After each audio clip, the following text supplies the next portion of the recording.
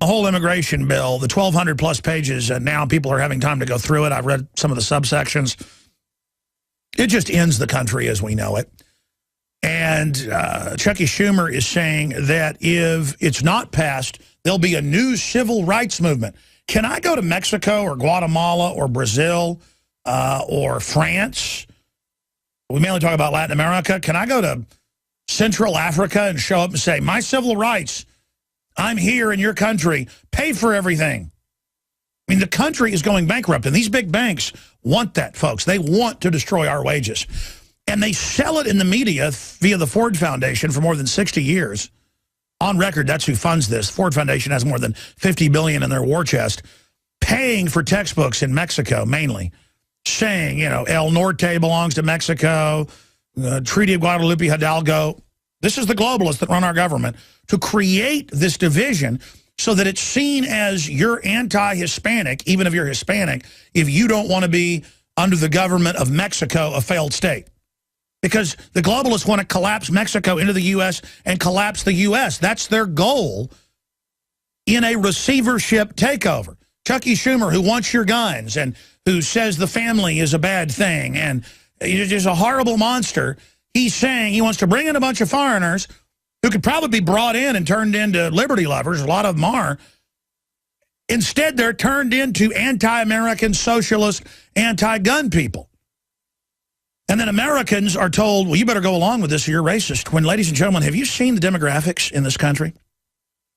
If they've branded this as a Hispanic victory racially, notice it's all racial politics, the government and media is selling. Turn on MSNBC. It's like the Ku Klux Klan channel, but for whites that hate whites and other people that hate white people.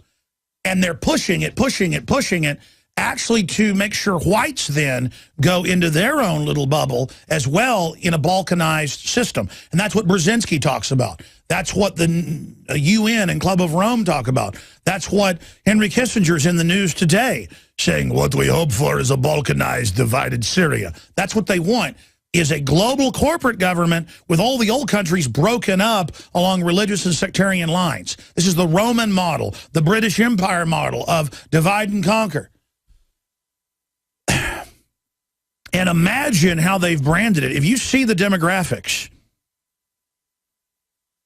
you've got Hispanics in the Southwest and Texas and Florida where under the age of 10, and this number's a few years old, you've got 60 to 70% of the children are Hispanic. Okay? And then you've got all the rest of the country. I mean, if this was a racial thing, then the Hispanics have won. America is yours.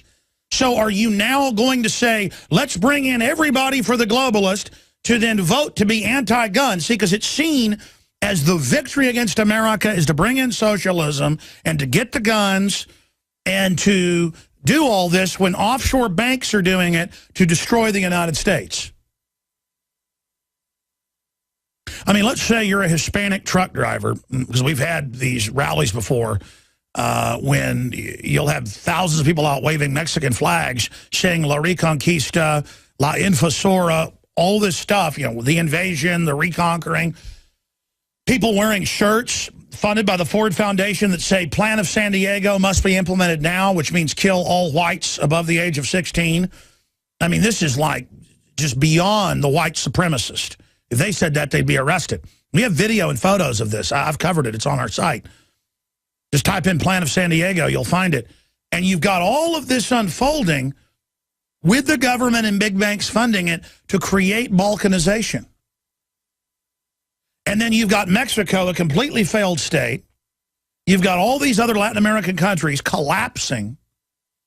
And I go to these events, and guess who would be at these demonstrations, these counter demonstrations I did years ago? We ought to dig that video up and re-air it, because it's pretty riveting. I probably did like 10 of these counter demonstrations. And I would find that politically correct white people were pretty much all scared to come out there. Guess who would actually join me to protest the illegal aliens? Was mainly Mexican Americans that just wanted to be called Americans.